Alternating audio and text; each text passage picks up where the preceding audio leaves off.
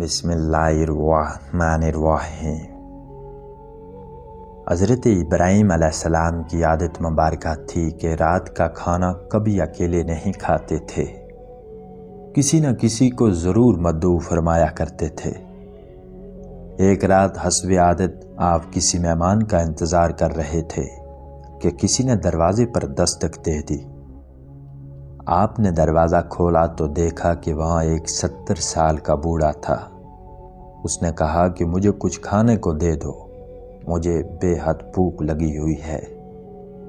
हज़रत इब्राहीम अलैहिस्सलाम ने खुश होकर फरमाया कि मरहबा मरहबा। उस आदमी के हाथ धुलाई और उसके सामने खाना रखा और कहा कि बिस्मिल्लाह कीजिए।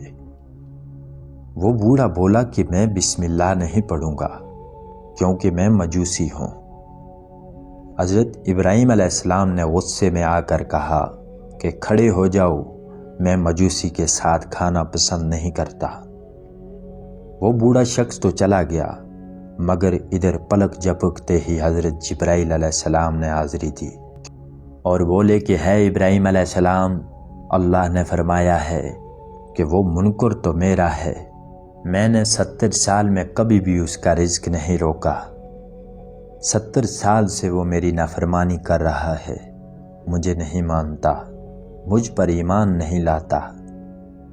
लेकिन इसके बावजूद 70 सालों में से मैंने एक दिन भी उसको भूखा नहीं सुलाया। हज़रत इब्राहीम अलैहिस्सलाम ये बात सुनते ही उस मजूसी के पीछे दौड़े। थोड़ी दूर गए थे कि वो मिल गया।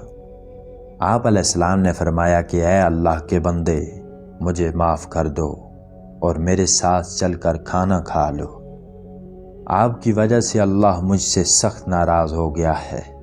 मजूसी बोला कि कौन अल्लाह?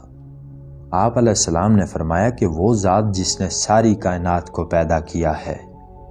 अल्लाह वो है जिसने हर शय को तख्लीक किया है और खूबसूरत शक्ल में डाला है।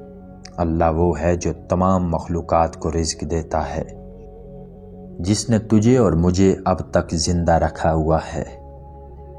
मजूसी हज़रत इब्राहीम अलैहिस्सलाम की ये बात सुनकर रोने लगा और बोला कि क्या कहने तेरे रब के, है अल्लाह के बंदे, तेरे रब का तो इखलाक बहुत आला और अजीम है। मैं इतने प्यार करने वाले अजीम रब पर ईमान लाता हूँ। चनाचा उसने कलमा पढ़ा और अल्लाह पर ईमान ले आया। अजीज़ दोस्तों, हमें नफ़रत गुनाहगार से नहीं बल्कि गुनाह से करनी चाहिए। जो कोई भी इंसान किसी गुनाह में मुब्तला हो, हमें उससे नफ़रत नहीं करनी चाहिए बल्कि उसके लिए हदायत की दुआ करनी चाहिए।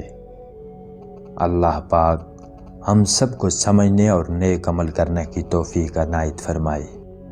आमीन।